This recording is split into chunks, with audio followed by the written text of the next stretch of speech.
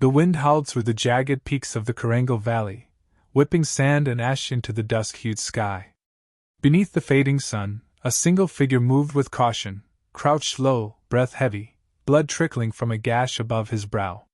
Corporal Jason Briggs gripped his rifle tighter, knuckles pale beneath grime and sweat. The canyon walls closed around him like a trap, steep and unforgiving. He was alone now. Somewhere above, echoes of foreign tongues pierced the silence. Footsteps. 50 of them, maybe more. They were closing in. And yet he refused to die. 12 hours earlier, the morning had been calm. The kind of eerie calm that soldiers didn't trust. Jason stood beside a convoy of armored trucks, the air already heavy with heat and something unspoken. His boots rested on rocky soil, his eyes scanning the cliff ridges like he expected the sky to fall.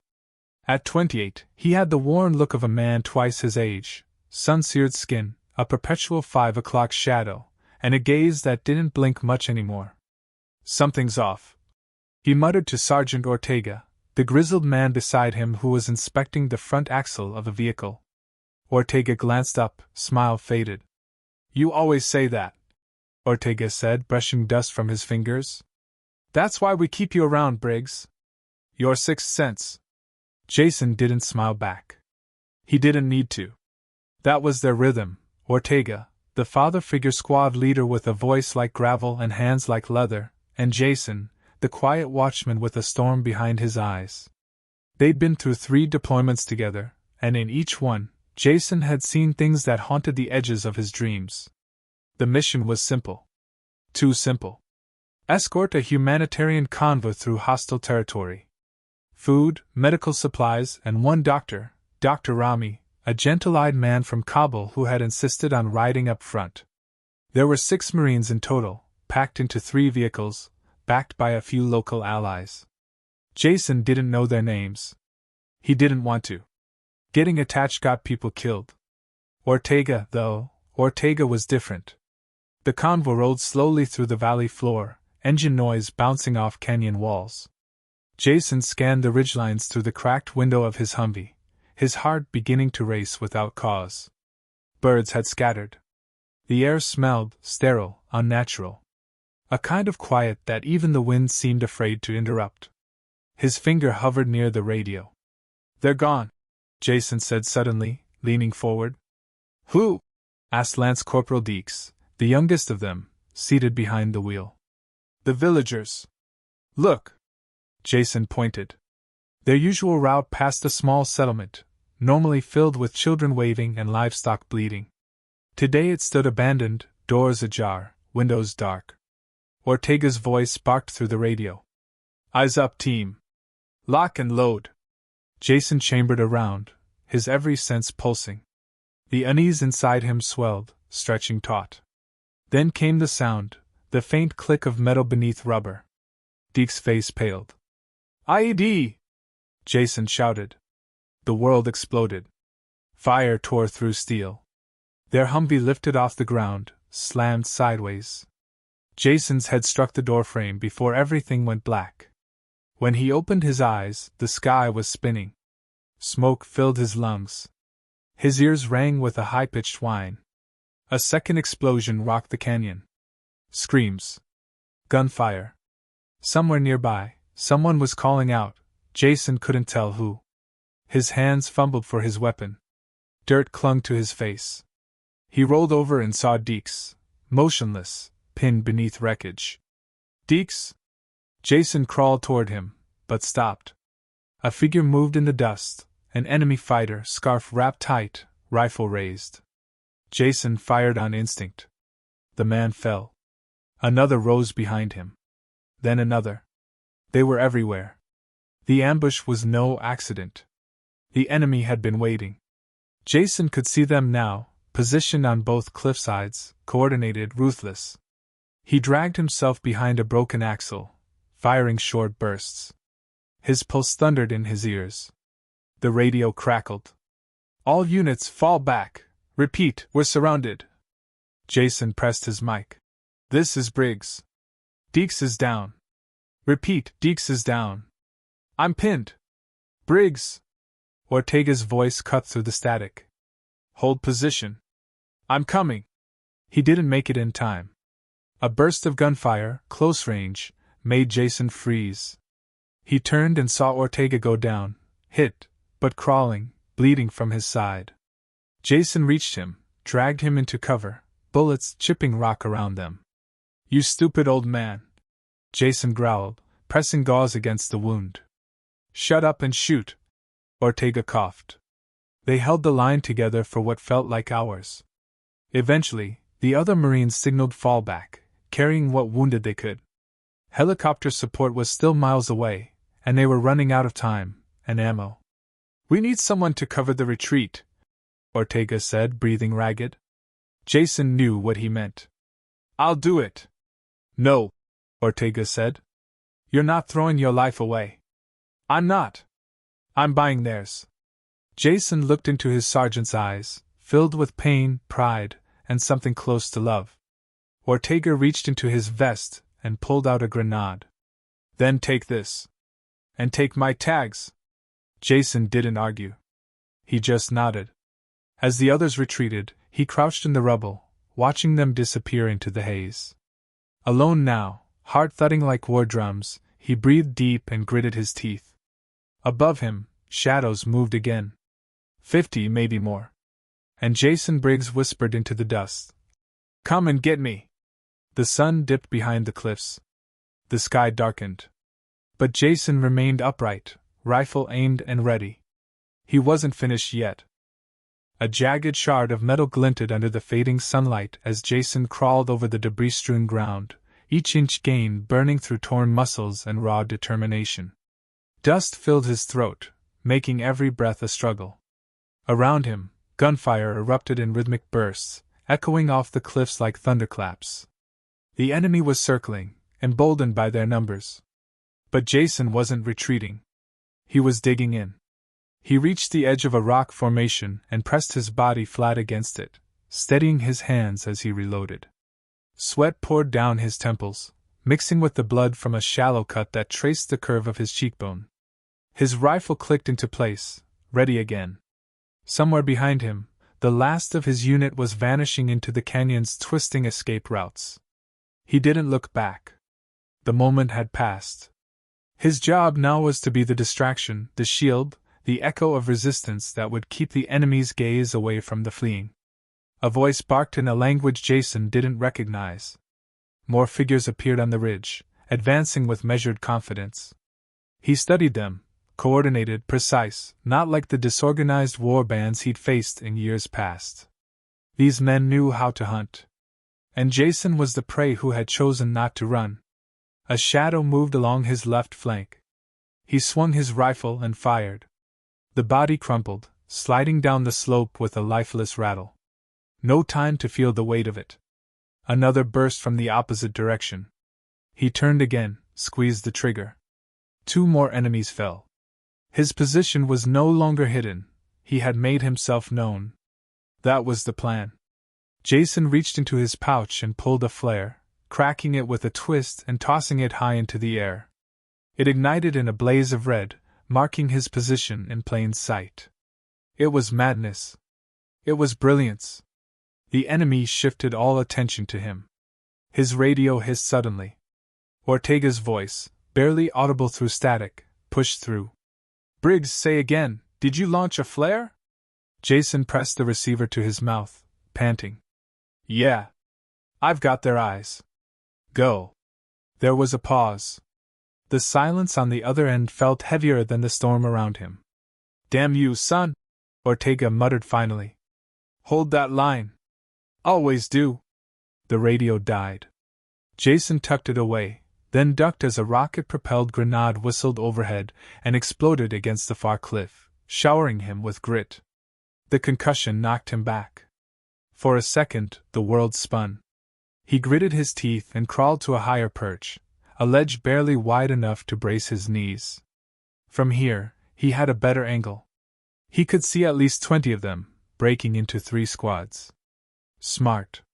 He fired again, clipped one in the chest. The others scattered.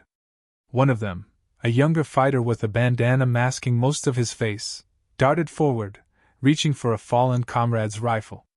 Jason hesitated for the briefest second, heart lurching. The kid couldn't have been older than 16. But hesitation kills. He fired. The boy fell. Jason's stomach turned. He looked away. This wasn't just war. This was survival.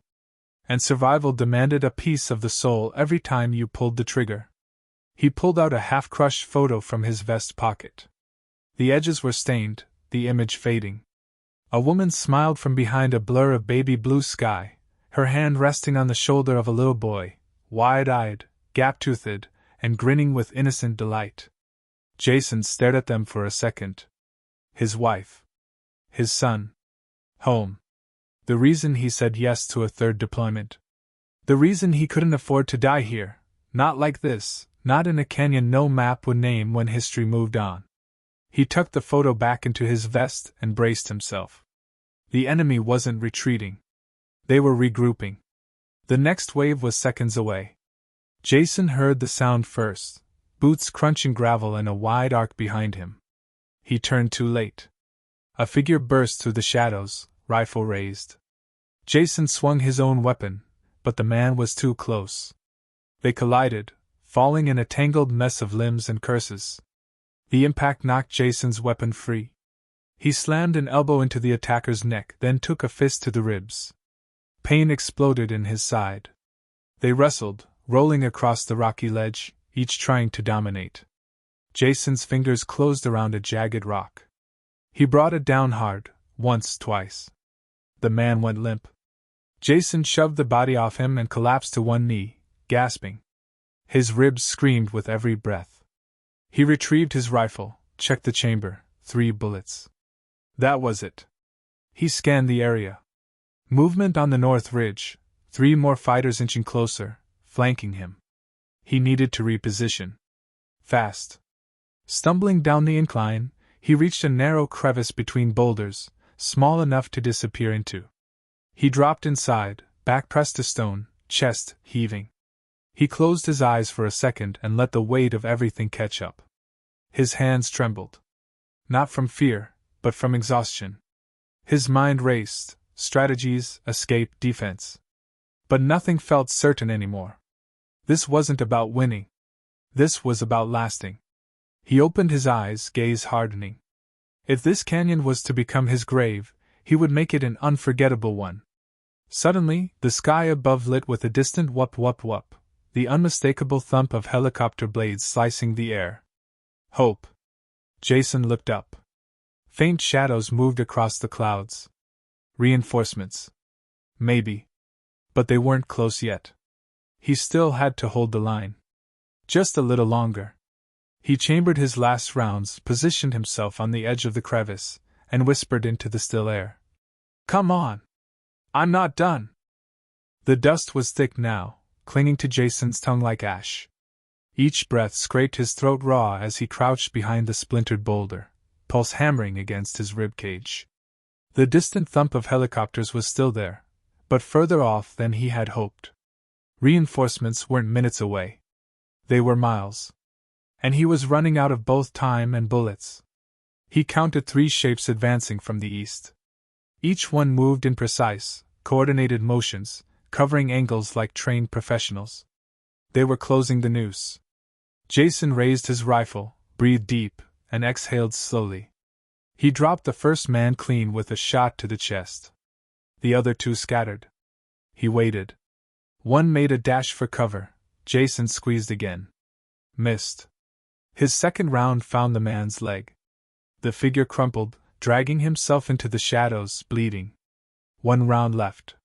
Jason ducked, adrenaline surging through shredded muscles. He reached for his last smoke grenade and pulled the pin. The device hissed as it rolled down the rocks, erupting in a cloud of gray that swallowed the canyon's edge.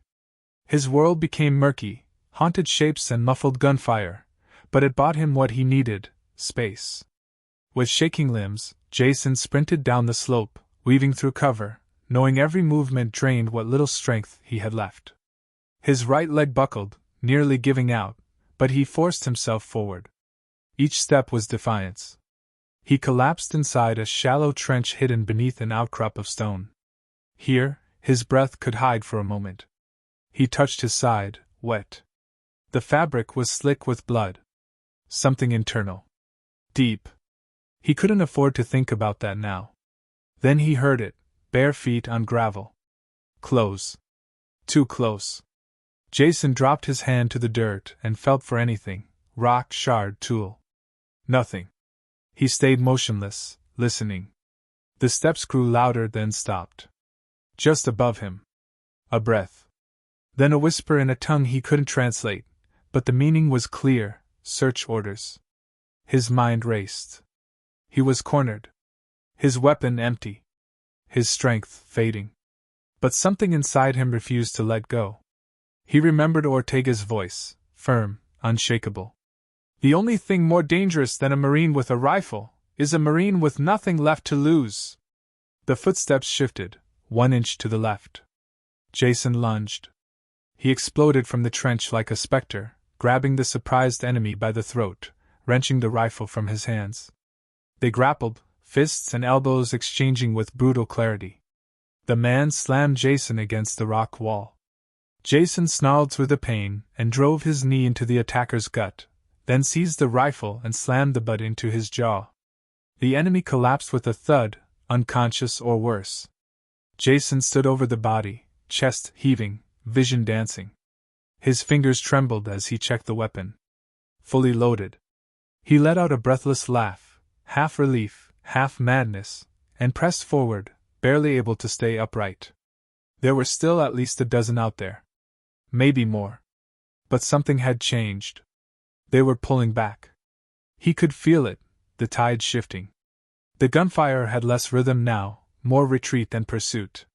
He climbed to a higher vantage point and confirmed it. Some were vanishing into the rocks, carrying wounded, covering their retreat with short, desperate bursts. Jason's brow furrowed. Why would they fall back now? And then he heard it. A different sound. Boots. Not scattered or light like insurgents. Heavy. Purposeful.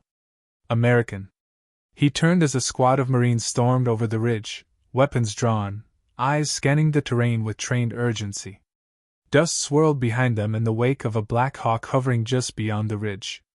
The cavalry had arrived.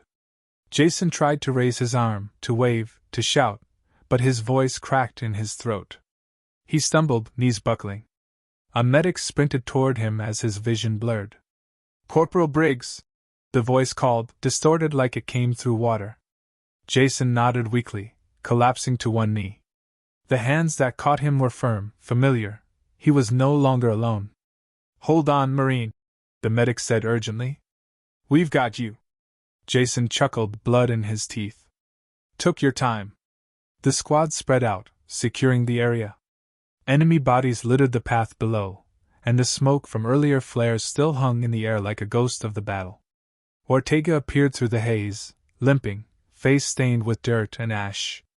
He knelt beside Jason, gripping his arm. "You crazy son of a gun! You held the canyon!" Jason's lips curved into a weak grin. "Told you I would. We thought you were gone," Ortega said, voice thick with emotion. "We made it out because of you." Jason nodded slowly. "Then it was worth it." The medic wrapped gauze tightly around his wound, checking vitals, calling in a medevac. Jason stared at the sky, blue now, unbroken, unmarred. Somewhere behind him, the sun was dipping below the cliffs, casting long shadows across the valley. He had made it through the fire, the smoke, the silence.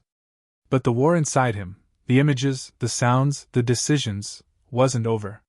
Still, as the rotor blades churned the air and the rescue team loaded him onto the stretcher, Jason looked at Ortega one last time and whispered, "They were 50, and I'm still standing." Ortega smiled, eyes hard with pride. "Damn right you are." The hum of the helicopter blades dulled into a rhythmic throb as Jason lay on the stretcher, his body strapped down, his vision flickering at the edges. The pain was distant now, buried beneath layers of adrenaline and exhaustion. He couldn't feel his legs, but he could feel something else, relief. Not joy. Not pride. Just the stillness that came from knowing he had done what needed to be done. The medic beside him, a young corporal named Davis, kept glancing at his vitals. There was blood, too much, and his pulse was erratic. But Jason's grip, when he reached out and clasped Davis's wrist, was still steady. "I need to tell someone," Jason rasped, voice barely audible over the engine's drone. Davis leaned closer. "Tell who, sir?" Jason's lips cracked into a faint smile. "Anyone who'll listen." They reached the forward operating base in under 10 minutes. A medical team was already waiting on the landing pad, moving with speed and precision. Jason's stretcher was lowered, his body transferred, tubes connected, voices shouting things he couldn't comprehend. Oxygen filled his lungs like ice. The overhead lights blurred.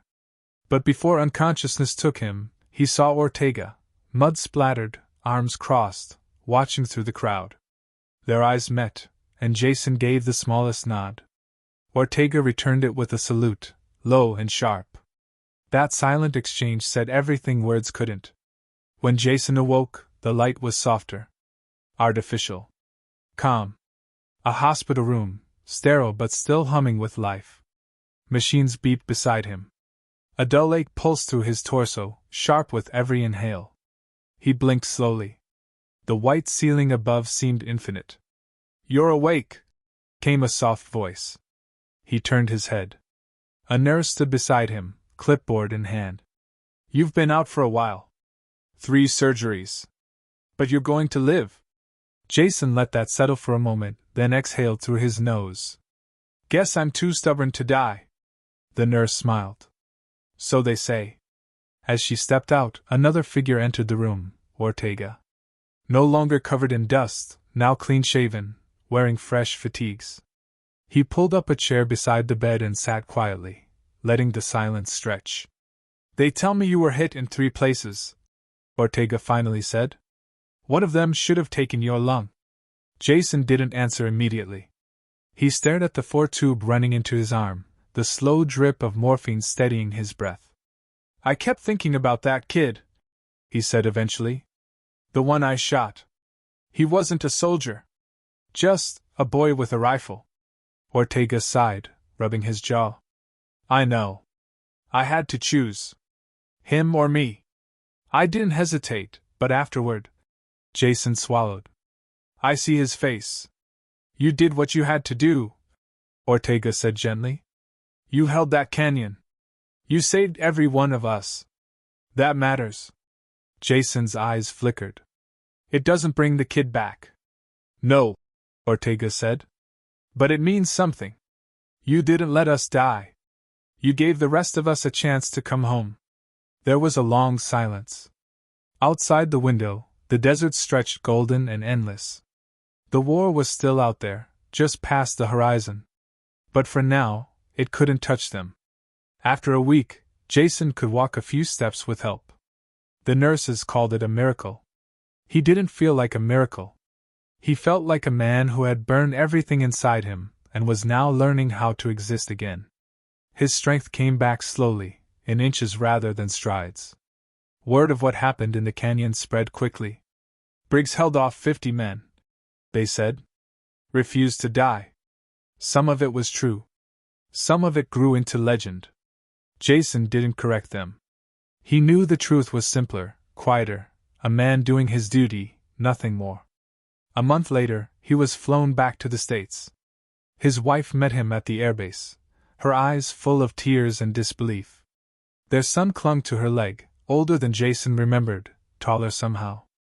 When the boy saw him, he shouted, "Dad!" and ran arms wide. Jason knelt, pain flaring in his side, but caught him all the same. His wife reached them moments later, wrapping her arms around both of them. No words. Just breathless, silent sobs against his shoulder. That night, at home, Jason sat on the back porch, wrapped in a blanket, the cold biting against his skin. His son curled beside him, already dozing. The stars shimmered above, quiet, distant, peaceful. His wife brought him a cup of tea and sat beside him. For a while, they just listened to the wind. "I thought you were gone," she whispered. I almost was. But you came back. Jason nodded. Because I had to. She took his hand, and they sat in the stillness of a world he'd fought to return to. The fight was over. The scars remained. But he had endured. And in the silence, he made a vow, not to forget what he had done, not to erase the pain, but to honor it, to carry it, to live fully because so many others could not. The war had taken much from him. But it had not taken his soul. And he would never stop being a Marine.